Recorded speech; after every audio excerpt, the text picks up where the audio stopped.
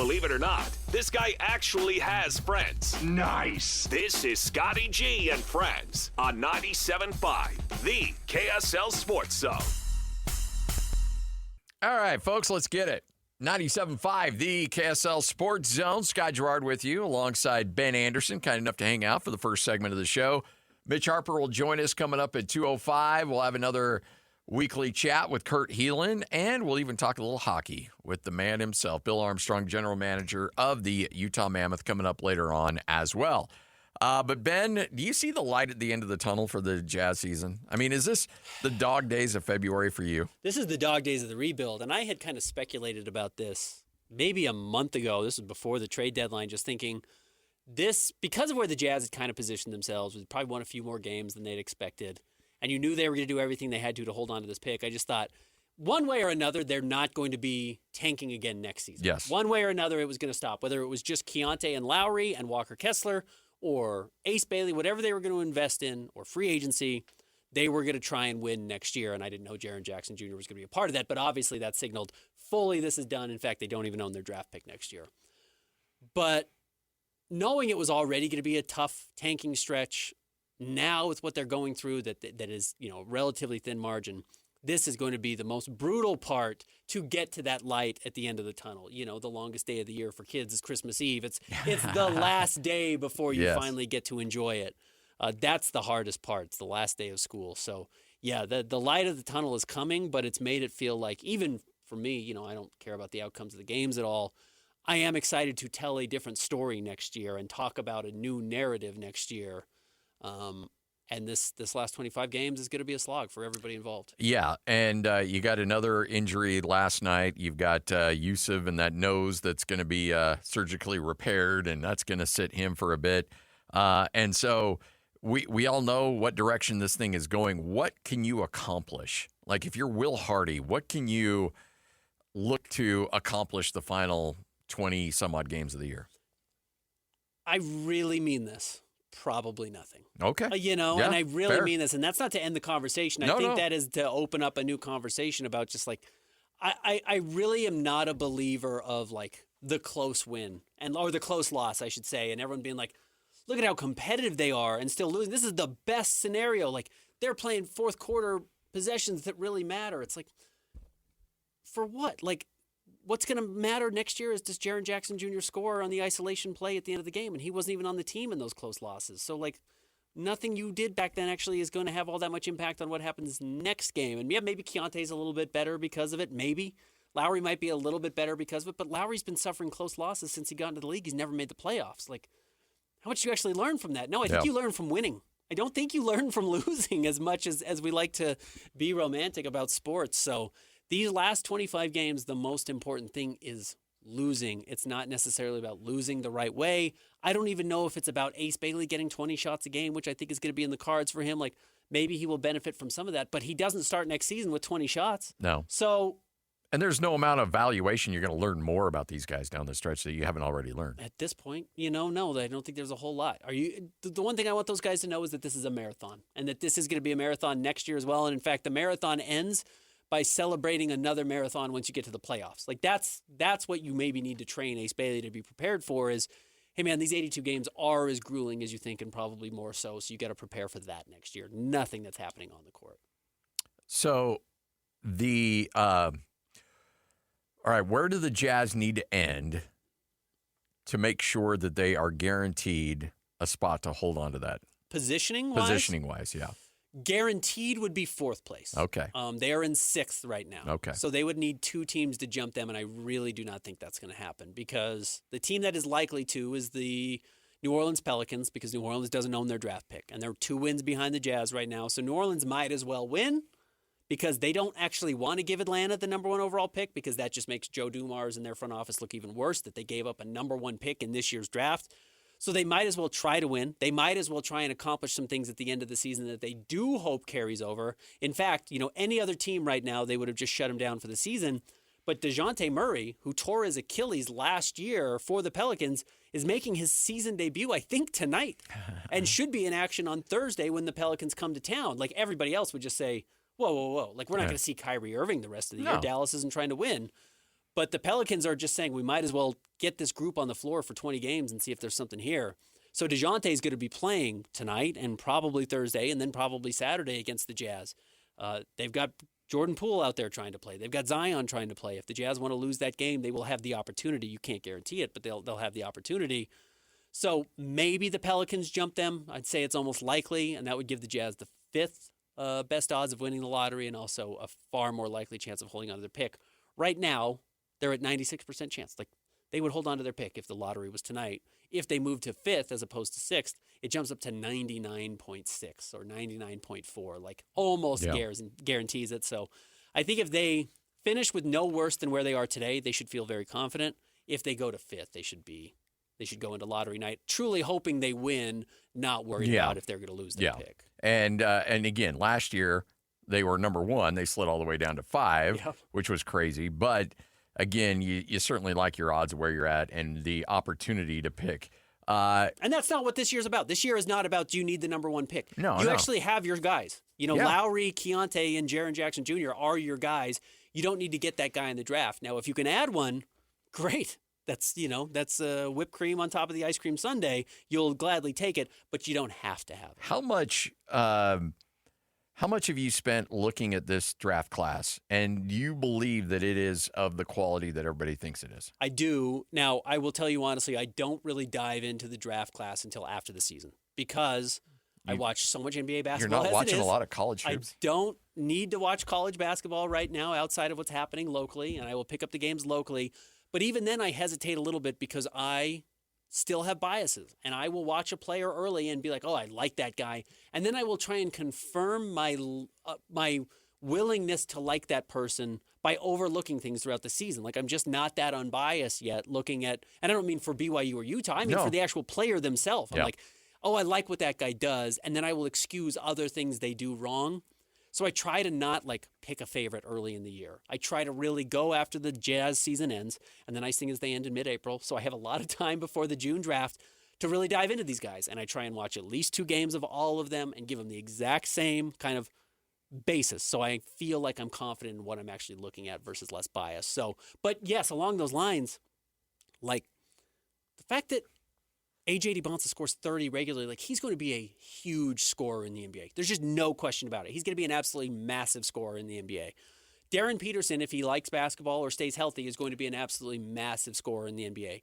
Cam Boozer is going to be, it's so funny to hear people be like, well, his ceiling's low. He might just be Domantas Sabonis or Kevin Love. It's like, well, Kevin Love's a first ballot Hall of Famer, and Domantas Sabonis is going to be a borderline Hall of Famer. So, if the drawback is that he's not Wilt Chamberlain, but he's maybe Kevin Love. Every team should want Kevin Love in his prime. So the draft is already that good, and I really do believe at the top it's going to be that high level. All right, so I have not talked to David Locke about this. I guarantee you, if I bring up the Darren Peterson situation with David, he's like, I don't care. It's college. Doesn't matter. I don't. No GM's going to care about that. Okay, but because David doesn't care about what goes on at that level. And I totally get it. I understand. I'm not saying he's wrong. But when you see a guy that there may be questions about his competitiveness, how much red flags does that cause within an NBA front office, or does it not? And they're like, hey, look, you know what? It's college. He's got a lot of people in his ear. He's protecting himself. We get him here. We get him in our program, and it'll be off to the races. My maybe hottest take I have in all of basketball is that we meaning the actual people who make these decisions, the draft war rooms overthink the draft. I really think they overthink the draft. I think they watch too much basketball, and I know they would scoff at that. And it's people's jobs, that's their entire job. So of course they want to protect their value, but I really think they overdo it. I think they look so closely that they start to pick things apart that are not worth picking apart. And one of them is body language or this type of competitiveness. And look, if a guy fails and he had bad body language in college and then he has it in the NBA, you're going to say, see, it was real. But I can look at Jaden McDaniels for the Minnesota Timberwolves, who's an awesome two-way wing who couldn't have cared less that he played basketball at Washington. I watched him. I thought, look at those physical tools. Those are insane. Oh, the rest of his team doesn't care. He doesn't care. He just can't wait to get out of here. This is just a hurdle in the way. He's turned into a great player. Now, that doesn't mean every player who looks lackadaisical on the floor is somebody you should draft. But I think if you want to just say that, oh, man, he doesn't care here, that means he's not going to care there. I do think it's two totally different conversations. What should worry Darren Peterson more? People thinking that he's injured or thinking that he doesn't care? Injured. Yeah. Because if he's actually injured, if there's something wrong about his body that cramps up too much, like that becomes a real issue. You know, a guy who can't find a way to stay hydrated or body doesn't react to the wear and tear of the NBA. Like, you're playing 35 games right now at 30 minutes a night, and you get 4 games off in between every or 4 days off between every game. You play every other night in the NBA for 82 games. Like, if you can't be on the floor, that's going to be the biggest problem. So I would actually want to know that his medicals are clean. If his medicals are clean, then I don't really care about him not wanting to play at Kansas, to be honest with you. Okay, so you don't care, but you do think there will probably be some front offices that do care just because of the overthink thing. Absolutely. You know, I mean, we saw it with Ace Bailey. Like, all of that nonsense. Again, the nonsense around Ace Bailey came in the last 3 weeks of the draft process. Like, there was the weird, he's not working out for anybody. Like, why is he not doing that? Okay, he'll host some workouts late, and that's not uncommon at all. A lot of guys, like, how many teams did Wemby work out for? 0? Maybe one? Maybe San Antonio? I think it was San Antonio, was it? Yeah. I think Cooper Flagg worked out for 2 teams. Yeah. Well, he didn't do that in, March 30th after the tournament had ended. Like, he waited until June 15th. Mm-hmm. Like, the entire Ace Bailey pre-draft nonsense, which is part of his party's problem. It was their fault. I don't think it was the NBA's fault, but was a 2-week issue, and he dropped maybe 4 spots in the draft, maybe 3 spots in the draft because of how he handled the last 2 weeks. So yeah, teams really look too closely at that and are painfully human in those issues where they think, I got my last impression was a bad one, and so I'm going to adjust how I draft. I just think I think it's interesting how Bill Self was all about protecting him, and now Bill Self's kind of turned on him a little bit. I think it's hurt Darren Peterson how much they've protected him. Yeah. Go answer for it. Yeah. Go tell people why. It hurt Ace Bailey why he was being protected from whatever he was being protected. And I will tell you, this is not off the record, but I won't say who the players are because they didn't say it. They were kind of talking to each other. They weren't trying to say it to the media, but I feel comfortable sharing it, which is that, like, I've heard several Jazz players say what a shame it was how mishandled Ace Bailey's pre-draft process because he is simply the most delightful person. Like, he is the favorite person in the Jazz locker room right now because he's just charismatic and bubbly and funny and optimistic and, like, pretty lovely just as a guy, and all the players like being around him, and they really can't understand how the pre-draft process went as wrong as it did. So, like, had he gone out and shown his personality, which is really fun to be around, he might have overtaken his teammate Dylan Harper for the number 2 overall pick. Like, he may have wowed a team to say, like, wow, we're betting on this person. But because they didn't get to talk to him, they didn't feel confident doing that. All right, so... And that's where Darren Peterson could probably help himself by being like, hey, look, I'm dealing with issues, whatever it is, but I'm being honest with you. But you can trust me because look at this personality. Look at who I am as a person. I will get it right. And we know when I'm playing right, I'm as good as anybody in the country. It's just... you hate to see somebody go through that. And if Darren Peterson's a good person, and he's trying his best and he's just getting some bad advice, you feel bad for the guy. But, I mean, honestly, just based on the skill set, he's number 1 with a not bullet. even close. Yeah, he probably should be. Yeah. But it will be a question. And you know what? Credit AJ, because you know what AJ does do? Talks. Yes. Plays when he has to. And plays 40 minutes a game. Answers for it. Yeah. Right, exactly. The things that AJ can control, he's controlling in his favor, and that's, again, where, he's painting a really good picture for himself because he's flawed. Every player has flawed. They're college kids. But he's really doing a lot of great work. Now, on top of being, maybe the second best player in college basketball this year, by also doing everything right off the court, doing media when he has to. Like, even things like he goes to a lot of Jazz games. Like, I promise you, I know people probably don't think that matters. It matters. Like, you're public, you're forward-facing, you're not hiding from anything, you're a part of the public, you're able to function within a fan base, you're able to do human things. One of the things that Will Hardy kind of revealed, in fact, I think it was actually a Keontae George interview when somebody was interviewing him brought it up, was that Keontae George, the Jazz very famously in their draft workouts, they do the whole workout and then they say, okay, now you do this layup drill. And it's like, you run for 3 minutes and they see how many layups you can make running full court side to side to side to side, and you're making layups. I can't remember exactly what the drill is.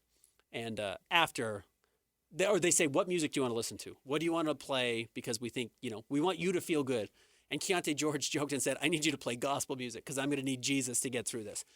And it wowed Will Hardy so much that, this is a person. Like, he's like, even in this moment, there's some levity there. Like, he can joke around. Like, he can be present with me. like really wowed them as like a well-rounded human being that they were willing to bet on over and over because he wasn't always perfect. Like Keontae was not a great locker room presence for a couple of points during his freshman or his rookie and sophomore year. But I think they bet on the person from some examples that had proven like he's a real guy. There's a real person here. There's not just a weirdo here. And it's really allowed him to break through. So I think those things do help. So when you look at this offseason coming up for the Utah Jazz, one of the big question marks is Walker Kessler. Mm-hmm. It only takes one GM to set your value. And I think a lot of people are hoping in that 25 to 30 range. I could see somebody exceeding that. What do you think the market bears for Walker? I do think 25 to 30 is most likely. We will see what type of centers become available because, the free agent market stinks. Well, the free agent market always stinks. It's not a free agent league anymore. Teams have basically got rid of that with protected picks or they trade players before they hit free agency. I should say not protected picks, but player options and team options and restricted contracts. So free agency is mostly dead in the NBA. Not a lot of people have money. The teams that do have money, other than the Lakers, don't need centers. There's a lot of centers in the NBA. So the Lakers could come out and offer Walker a lot. I'm not convinced that the Jazz wouldn't call a team's bluff at a certain number. Like, I know that they are all in, and I will tell you, I was told last summer by people who would know within the Jazz organization, like really high-level people, that they are going to re-sign Walker this summer. And it was always the plan to not give him a contract last year and let him hit restricted free agency, not because they don't want Walker or don't like Walker, but because it just behooved them financially to wait. It gave them more wiggle room. Mm-hmm. And maybe he gets a lower price tag, but really it was more about not having his salary already on the books going into the summer. So while I do think they have every intention to sign him, if someone were to come up and just overpay him by $10 million, let's say it's $35 million, the Jazz might say, oh, okay, good luck. Like, you want him for $35 million? Like, that's, congrats, Lakers. You just hamstrung the future of you and Luka Doncic because you're overpaying the wrong guy by $10 million, which you just simply cannot afford to do in the NBA. The luxury tax and more importantly, the tax aprons are so punitive if you go over them that you can't flush out the rest of your roster. You can't build it out. You can't really, build a complete team, which is what you need to win now. So the Jazz will be smart. I think the Jazz will sign him to a good number. They might even be willing to overpay a couple million versus what they think his real value should be. But if the wrong team offers the wrong money, the Jazz might just say, oh, good luck. That you have made a very bad bed for yourself to sleep in and say we can replace him elsewhere. Do you think they know what that number is? They have to. I would think they probably do. Yeah, and that, it might be anything above 35. And I just do not believe somebody's going to offer Walker Kessler $35 million. Yeah. I mean, he averages 14 points and 10 rebounds, and yes, he hit a couple of threes to start the year, but he's not a proven three-point shooter. He's actually not a Rudy Gobert caliber defensive player. He doesn't make free throws. Like, he does a lot of things well. He doesn't do so many things well that you should consider him the second highest paid player on your roster. If you come back, or if Walker Kessler comes back, and you see that lineup as we project it to be, with Keontae and Ace and Markkanen and Jaren Jackson with Kessler, how much improved just based on length alone is that team defensively? Oh, man. I mean, you jump from the 30th best team defensively out of 30 for the last two seasons, including this year, to 20th, which doesn't seem like a huge jump, but that's competitive every night. Yes. There is the extremes. The Thunder are at the extreme high end, and the Jazz are at the extreme low end. I think sometimes we get a little too excited about the analytic numbers of like the 20th versus the 10th. Like, you're talking about 0.8 points per 100 possessions. You're talking about one free throw per 100 possessions. Like, okay, you make up for that on the offensive end, and you're talking about, the net rating, combining them together. So I do think we get a little overrated there as like, you have to be top 10 in offense and defense, or you might as well not show up for work. It's like, relax. You can still have a way to compete. And then how do you improve from 20 to 15? And then you're talking about maybe an opportunity to win a title. But no, the desire to win and then actually having some length out there is going to be a huge, huge plus. So they'll get better. Ben Anderson joining us. All right, so just as an NBA fan, what are the storylines you're looking at down the stretch of the season? I know a lot of fans don't really care because they hate the Lakers, but I'm very fascinated by this car wreck that we're slowly watching. I don't know if people realize what a car wreck it is. Like, they have a negative, speaking of net rating, they have been outscored by opponents this season. Now, they are 12 games above 500 because they win a lot of clutch games, but the numbers bear out that in the long run, they are not a good basketball team. And so this could end really ugly. And then I'll be curious what that does for J.J. Redick and, of course, LeBron James and Luka Doncic. That's going to be fascinating. The East, or the Cavs, are able to put together a little bit of a run now that they went out and got James Harden. Like they're in the 4th spot right now, but I think they're only 2 games back of the 2 seed. So how does that finish? Jason Tatum coming back. And then Minnesota's bizarrely bad. Minnesota bizarrely can't close games, and I don't know. We'll see. They might want to shake things up. They were already trying to get Giannis because they don't believe in this group enough. We'll see. We'll see where it goes from there. By the way, I was talking to somebody close in that Cavs organization, and said Harden is an absolute delight to be around. Oh, interesting. Yeah. For now. Yeah, right. And they mentioned that caveat too. Yeah. Like, well, he hasn't gotten his contract, I don't think. So he needs to get his contract. So he's going to be very lovely at the moment. Yes. And then once he gets it, absolute joy to be around. All right. Thanks, Ben. Appreciate it. 97.5, the KSL Sports Zone. You're listening to Scotty G and Friends on 97.5, the KSL Sports Zone. 97.5, the KSL Sports Zone. Mitch Harper, kind enough to join us. We'll get to him here in just a few seconds, but right now it's time to hand out some tickets. It's Jazz Ticket Tuesday, and your chance to win tickets is right now. Call this number now. Be caller number 12 at 801-575-ZONE. 801-575-ZONE. And you'll be on your way to Delta Center to see the Utah Jazz. He fires the 3. He hits! Oh, don't do me like that. This is 97.5, the KSL Sports Zone. All right, we've got Jazz tickets. You want to see the Jazz and the Pelicans, as we mentioned, the game on the 28th. We've got tickets. Caller number 12, 801-575-ZONE. That's 801-575-ZONE. You win a pair of tickets to that game at Delta Center with a 7:30 start time. If you don't win tickets, don't worry about it. We'll give away another pair coming up next hour at the same time. Mitch Harper, KSLSports.com, BYU Insider, joining us. Mitch, how are you? Doing great, Scotty. Happy to be on with you as always. Always good to catch up with you. And again, you can see Mitch up close and in person on our YouTube channel. Just go to KSLSports.com or just go YouTube and search KSL Sports. And he's part of the old Airlink technology, so you can see Mitch and his beautiful smiling face. All right, so Mitch, by the way, how much barbecue did you work down on that trip to Kenny J's last week? Oh, gosh. So, Kenny, after you had to leave early to catch the flight, for broadcast, Kenny hooked us up. I mean, it was the burn-ins. We started off with that, of course, the ribs, all the sides. It was incredible. I mean, I was the last man standing. I kept going at that thing I had. I was great. I had a ton of food though. I was completely full, as Kenny J always takes care of us. Awesome. He's the best. Love him, love the family, love the restaurant, Kenny J's. Big thanks to them for hosting our re-rank show at the district in South Jordan. Speaking of which, before we talk about that, how much did you agree with the top 3 or 4 on that bad boy? I thought we did a great job as a staff. I thought that, people tend to always think that there's some slant or like, oh, we're just trying to, no, like I think we got the right rankings this year. I think that it's always been pretty spot on every single year.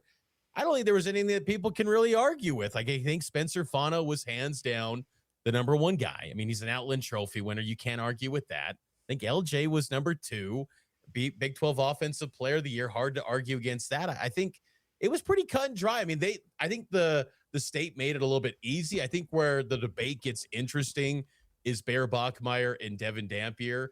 Josh had Devin Dampier higher. I had Bear higher. I think that the fact that he threw for 3,000 yards as a freshman, gets the Big 12 championship game, leads BYU to 12 wins. I mean, he got banged up in some of those games and still played through it and showed in games without LJ that he could win it with his arm. There was a lot to like with Bear Bachmeyer. So I put him above Dampier, and I think also the head-to-head too. That was kind of a trump card in a way for some BYU guys if all things were equal in terms of the head-to-head between those two teams. But it was a great year. I mean, the state in general had a lot of great players, and you see that with the Combine coming up this week. And I think, better days ahead for these programs in the state heading into 2026. All right. Speaking of the Combine, who do you think has a chance to really showcase what they can do and maybe really increase their stock? I'd say Jack Kelly for BYU, and he's only one of 2 guys that's going to be going through the drills at the combine from BYU, Chase Roberts being the other. I think Jack Kelly, though, he has great speed, and he's got a type of skill set with his burly size that he could really impress and turn some heads. Got a good motor, all the cliche terms you hear at this time of the year with the combine. But I think that Kelly's interesting. And I think that, he's really versatile too, where he could be a guy that can line up off the edge. He could be a middle linebacker. I mean, he can do a lot of different things in a defense, and BYU utilized him that way. And even Jay Hill did when he was at Weber State. So I'd go with Jay Hill.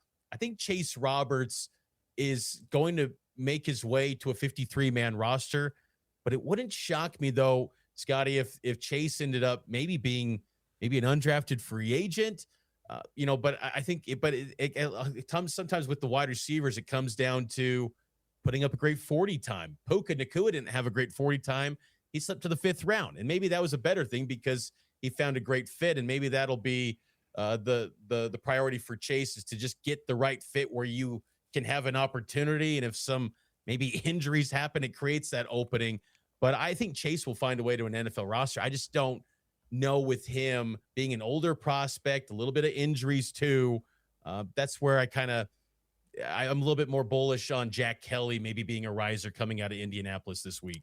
All right, primary reason we wanted to chat with you, how much, if you're a BYU fan right now, how much is your mind placed a little bit more at ease after that win against Iowa State in the Marriott Center?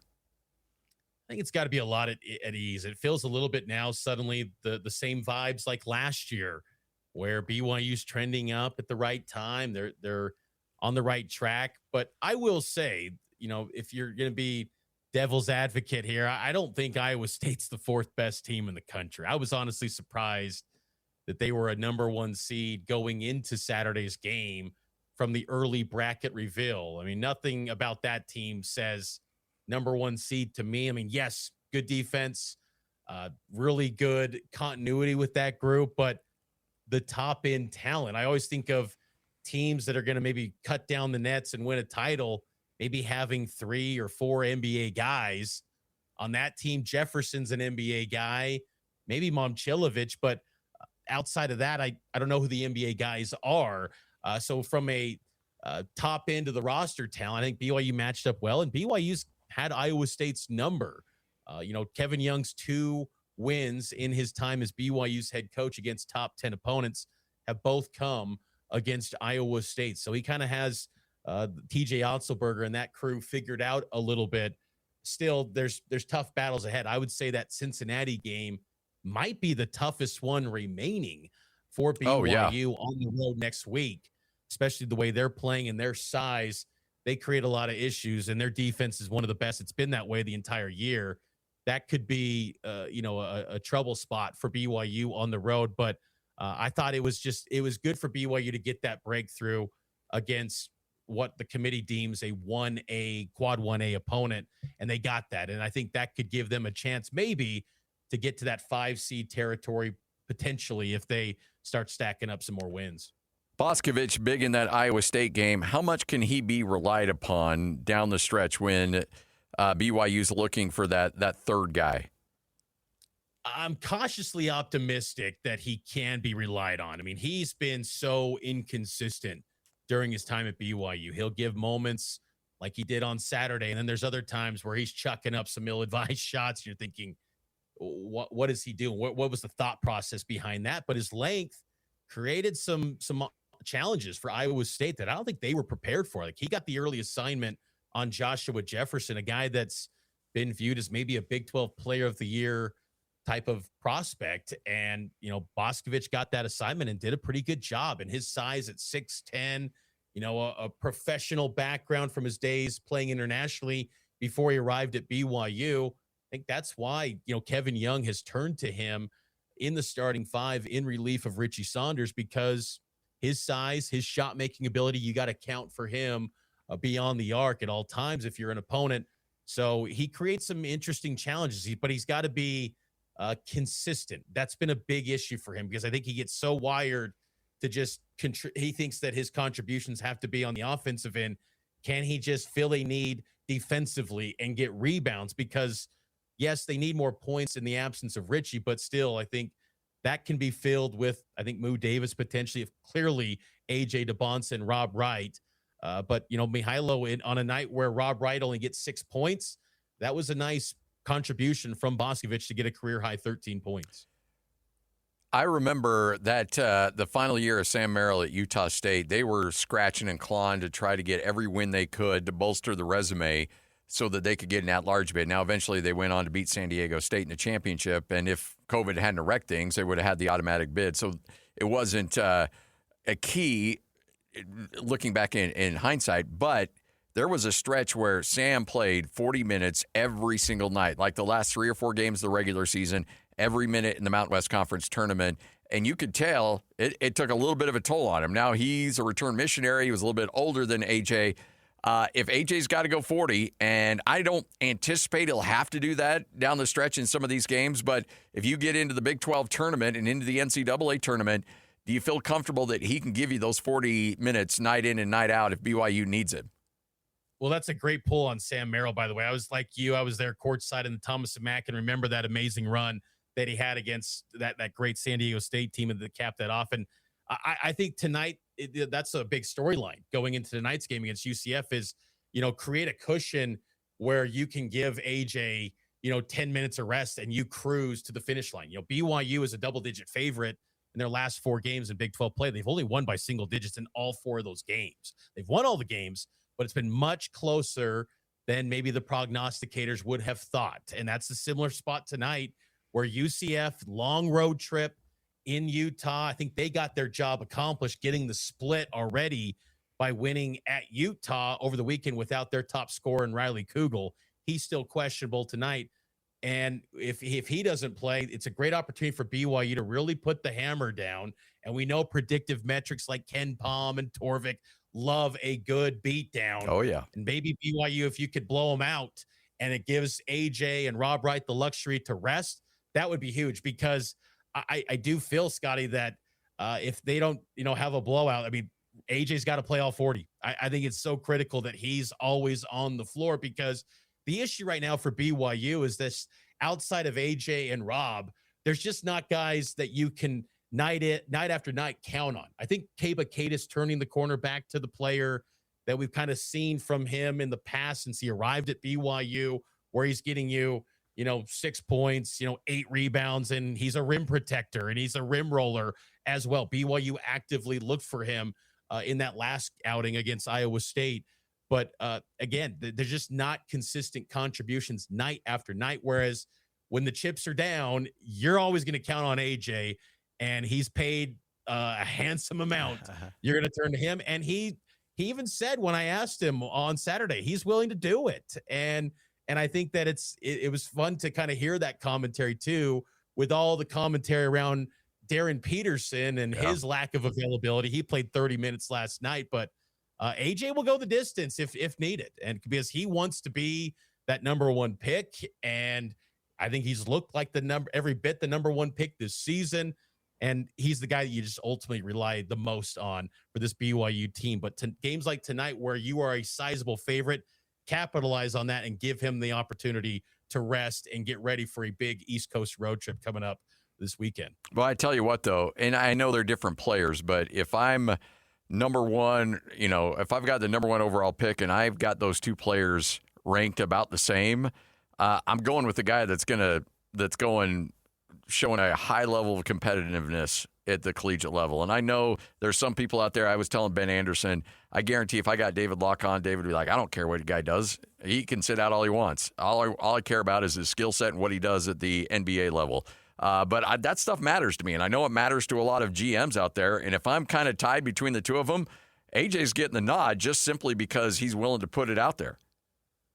AJ's been outstanding. I've had the chance to watch Darren Peterson in person, both at the college level and high school. He played in a tournament at Highland High against AJ, and his shot making, Darren Peterson, is incredible. I mean, it really is. When the comparisons of like a Kobe Bryant in terms of shot making, I see it because, I mean, the way he dominated against BYU in the first half, you get that over, 35 minutes in an NBA game, man, that guy's going to just fill it up every single night. But then as you hear last night from Darren Peterson, kind of personality-wise, an introvert, as he kind of put it, like loner a bit, as he put it.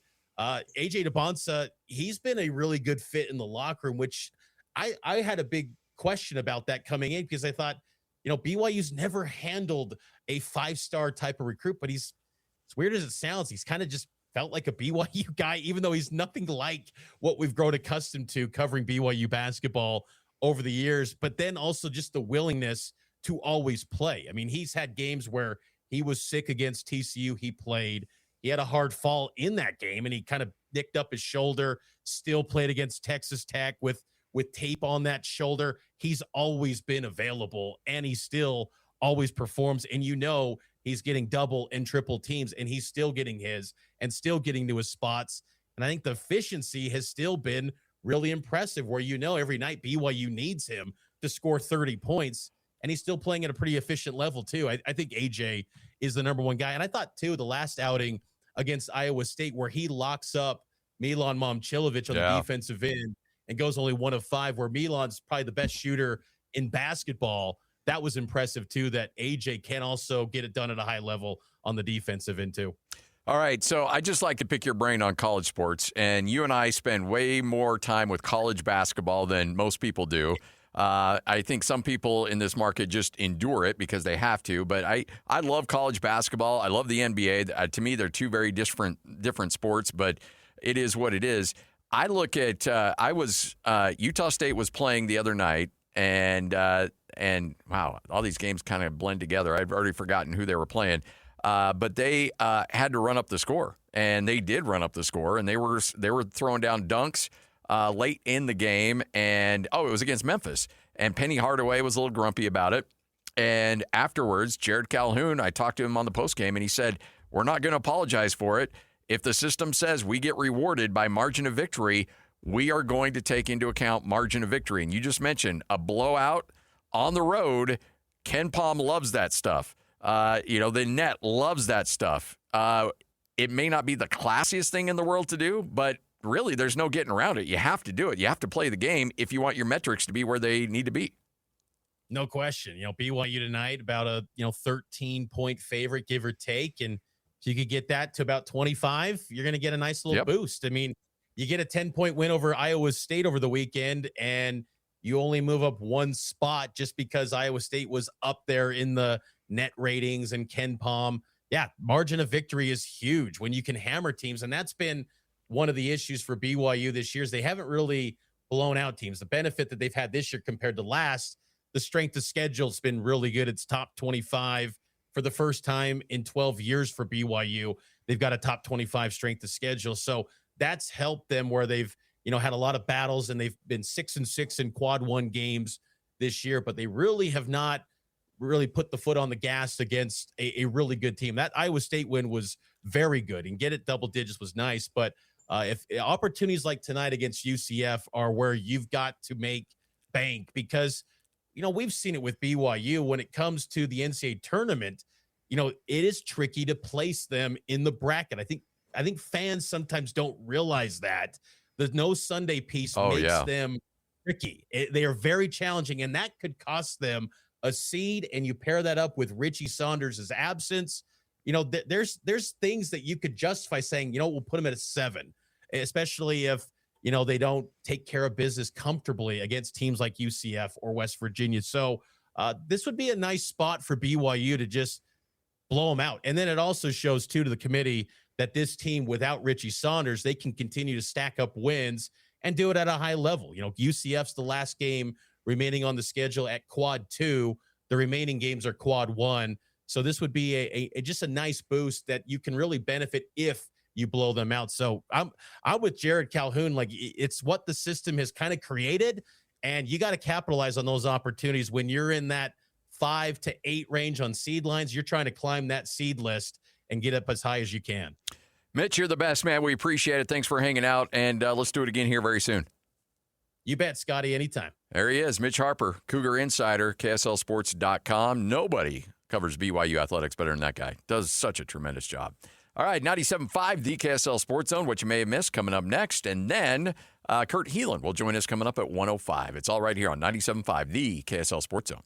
This guy actually has friends. Nice. This is Scotty G and Friends on 97.5, the KSL Sports Zone. All right, we all enjoyed the Olympics. The Olympics are now over. I know, it bums us all out. We had a great time watching Team USA bring home the gold in both the men's and the women's. And so it was awesome.